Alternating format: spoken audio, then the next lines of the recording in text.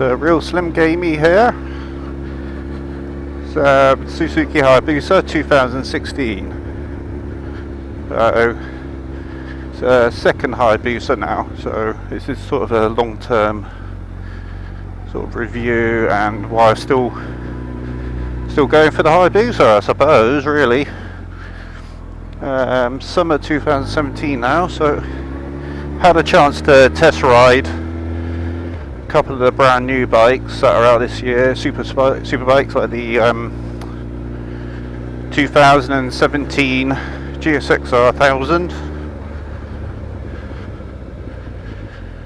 the Honda Fireblade SP2.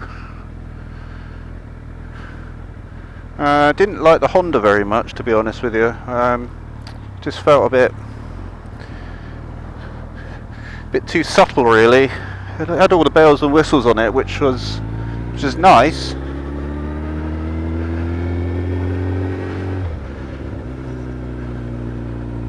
But I just felt it was a bit tame for a superbike. The GSXR 1000 was incredible. Just such a phenomenal engine. Sort of reminded me of like this bike, really. It just has so much power. The engine's got a lot of character. So the Hayabusa is sort of it's known as a very like heavy bike for a sports bike, and I suppose it does take quite a while to sort of get accustomed to it, really, until it feels like a normal bike again, like a lightweight bike. I've had this is my second one, and to me now it feels small, to be honest. I mean, the actual riding position is quite roomy for a sports bike. A little bit stretched out. It can take you back and your hips a little while to get used to it if you're not used to sports bikes. And just to get a feel for it, really. I mean, I think we all know how quick they are. But I think the thing about buying a Hayabusa is you know, you buy it for the looks and the customization as well as the speed. And you know, don't get me wrong, you know, not all bikes are. Not really such thing as a practical bike, is there, really? I mean, you can't take a sofa on the back of a motorbike. So to say a bike can do it all is wrong. So what do you want from a bike? You want a bike that's fun,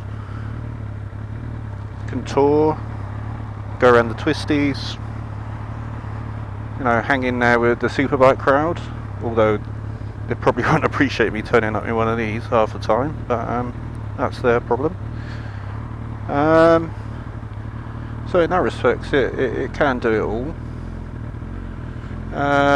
You know, with like a big engine, it's tempting just to keep it at low revs all the time, and keep doing that. The engine eventually gets a bit bogged down and a bit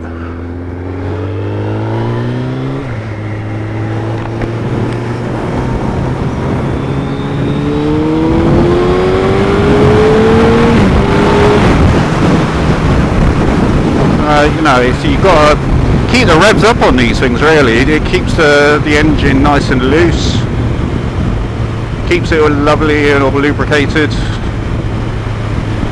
So yeah, you can potter around down the motorway in 6th gear doing like 4,000 or 5,000 revs, but I tend to find, you know, keep it in 4th gear quite a lot, even at higher speeds, and then go up through the gears if necessary. Yeah, I mean, the power doesn't really come in until, in my opinion, until over like 5,000 revs, to be honest with you. The other thing because of the weight of it, the thing to get used to is obviously a little bit, not just the size, it's the weight transfer, which is vastly different to a lot of bikes, because you are potentially going 20-30 mile an hour quicker than you would on a normal litre bike. in some situations.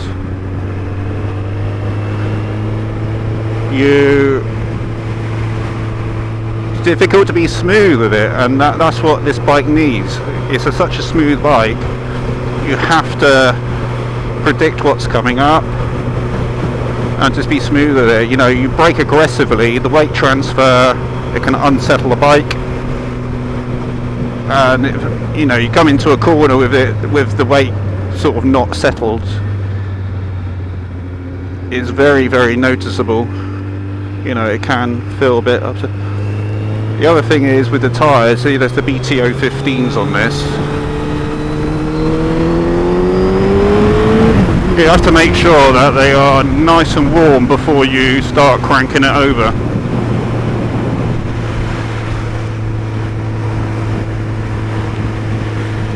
And that can be a bit disconcerting on the bike. I mean, you crank it over like any bike, but it's more noticeable on this. But with the tyres on this, it's quite predictable. You know, give it a bit too much gas, tyres are cold, coming out of a corner, you know, the back end can, you know, it can come out a little bit, but it would never turn into high side on this bike, just because of the geometry. As long as you're not like aggressive with the throttle, like full on, full off, you know, you just got to be progressive with it. And you know, I think it is a bit of a challenge, especially over longer distances.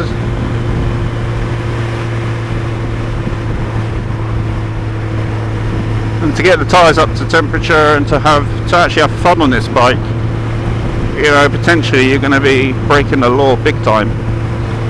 But you can have as much fun as you want. You know, you can just sit up and it's chill. The wind protection on this is obviously extremely good, especially around the legs and the hips.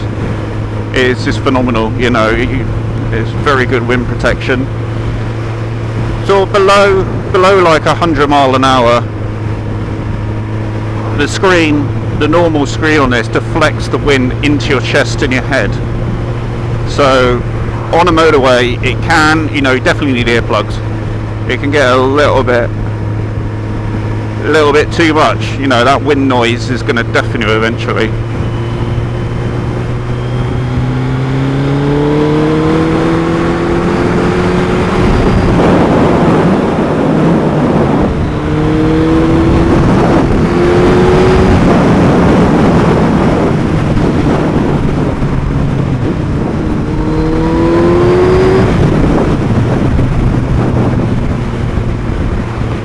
But yeah, at the very higher speeds, the standard screen does an extremely good job of deflecting the wind over your head, even if you're not properly in the tuck position. You know, if you're like sort of semi-tuck and you're doing like, obviously on the track, you're doing like 100, 110, 120, the wind just literally just glides over your head. But below that speed, it is, the wind protection on your head chest area is very poor, I would say.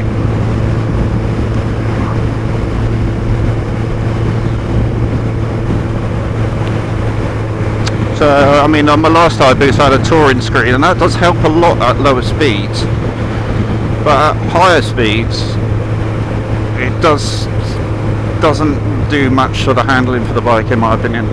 I think you're better off to stick with the standard screen, put some earplugs in and just put up with it.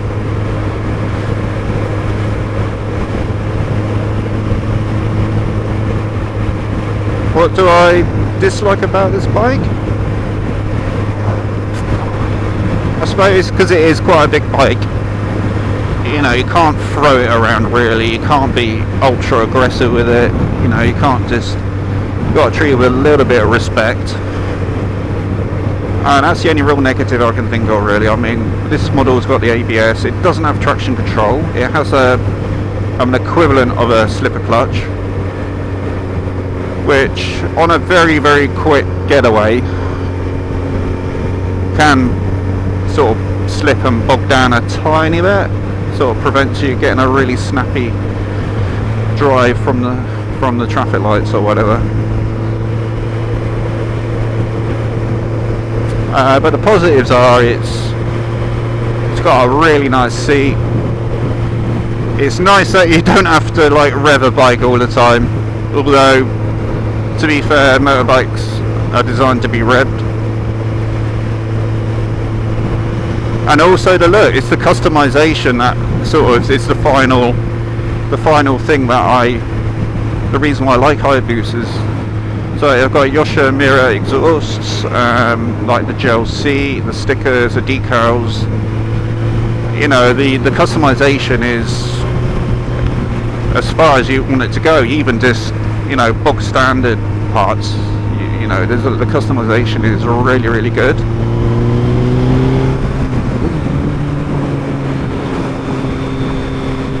That's what makes bikes interesting, you know. I mean, it's not. I mean, it's no like proper. It's not a real customized bike by any means, but you know, that's what I like.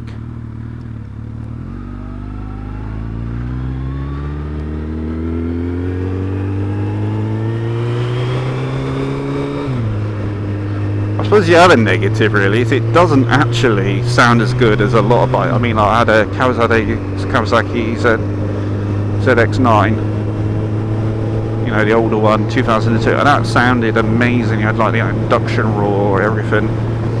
With the custom exhaust on it does sound a lot better, but it's not so noisy. It's offensive, you know. It feels fairly refined. The brakes not really an issue. The only thing is, obviously, the suspension setup is quite important. That weight transfer when you hit the brakes, obviously, you don't feel the weight at all, and then until you really jam the brake on into a corner, which obviously you shouldn't brake whilst going into the corner. But if you brake and then it's settling as you bank in, you notice the weight quite a lot then.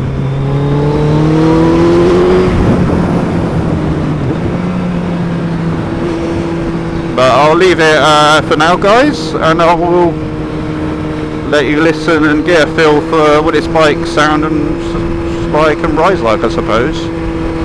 I might do a few more bike reviews, not as in bike reviews, but reviewing of bike riding.